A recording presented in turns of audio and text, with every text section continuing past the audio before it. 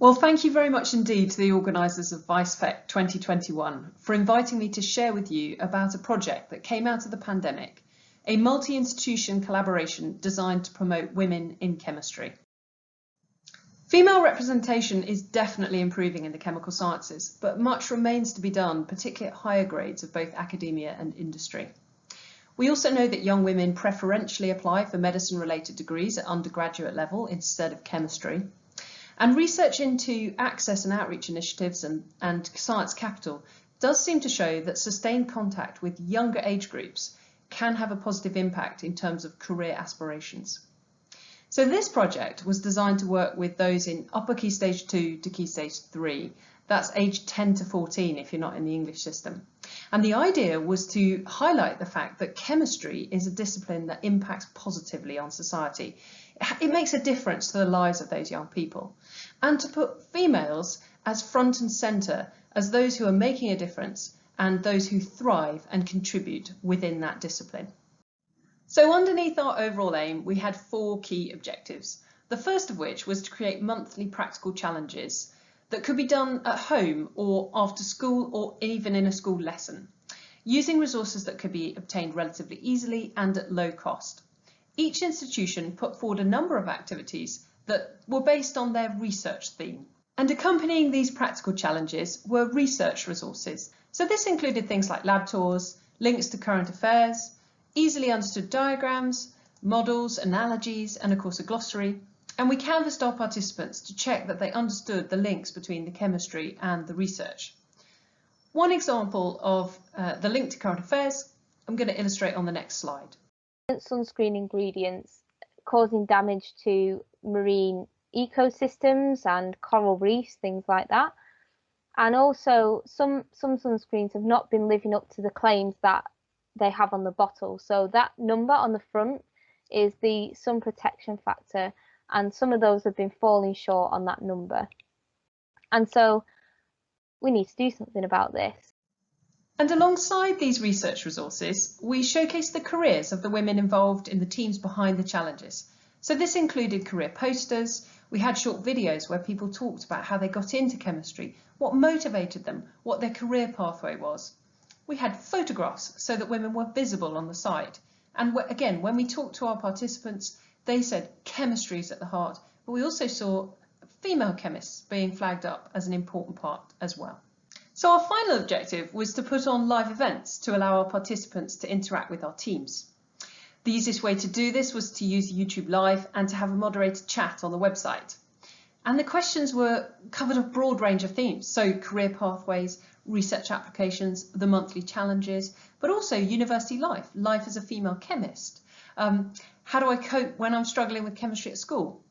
It was really interactive and really enjoyable.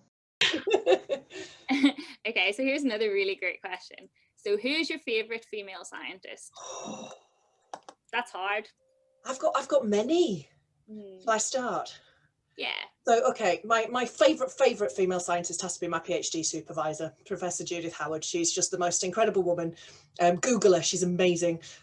She's very creative, she's very artistic, and she sees beauty in molecules, and she is one of the gurus of X-ray crystallography. So I'm going to go with my second. I'm going to steal 2, sorry folks. My other scientific hero is Judith Howard's PhD supervisor. So Judith was my PhD supervisor. Her PhD supervisor was a woman called Dorothy Hodgkin. And Dorothy Hodgkin is a very famous female scientist if you're in chemistry. She won the Nobel Prize for chemistry, and her work allowed us to discover things like the structure of insulin, the structure of vitamin B12, and of course the structure of insulin is hugely important because that allowed us to make insulin to help people with diabetes. Going back to what Lottie was saying, it really makes that's a heck of an impact on the world. So they're my two favourites, but I've got a lot. And there's a short clip from one of those live Q&As. And parents got in touch and they said how much their daughters were enjoying the project, the interactivity of it, but also the opportunity to problem solve, to be a scientist taking on those challenges.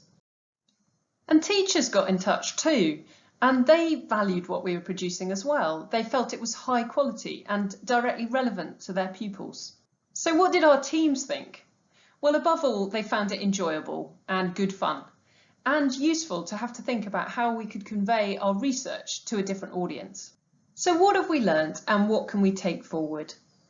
Well, if we look at our overall aim, we definitely produced an open access, effectively a shop front, that showcased how chemistry does make a difference in society, and that women, no matter the career stage, do make a difference, do contribute, do thrive, and really enjoy what they do.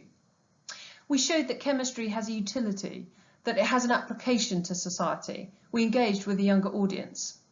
And we supported researchers to communicate their research and to develop research-related educational resources. Because we didn't have a huge budget and we created an open access project, I suppose there is a question that says, well, did you get sustained contact? And I can't answer that. What I can tell you is that we had over 170 subscribers to our project. And I guess if you design a project to be open access, no matter how good your Google Analytics, you really aren't going to be able to tell how sustained the contact is. But we also had some unexpected positive outcomes. So where our teams involved more than one research group in an institution, they told us that they'd sustained the contact beyond the project term, that they'd met up. I mean, this is in a pandemic, so they'd met up virtually and continued those relationships. We also developed a Year 6 workshop that showcased 4 of those challenges. And additionally, one of our partner institutions developed a Year 10 workshop out of one of their challenges. So lots of unexpected but positive outcomes. So what's the plan? Well, we want to stick with showcasing women in the chemical sciences or those who identify as female, but we do want to remove the barrier in terms of our audience. So we want to support teachers and community groups who want to use our resources with all genders, with different groups that they're working with. The other thing we realised is that, of course, monthly challenges may not be ideal, and live events that are scheduled aren't always the perfect time for after school or STEM clubs or community groups to interact with us. So we're looking at how to change that. We're going to continue to adapt our resources to workshops. I know that Warwick are doing a lesson in a box with their widening participation team, and likewise we're doing something with our local guide groups. There may be other iterations to come.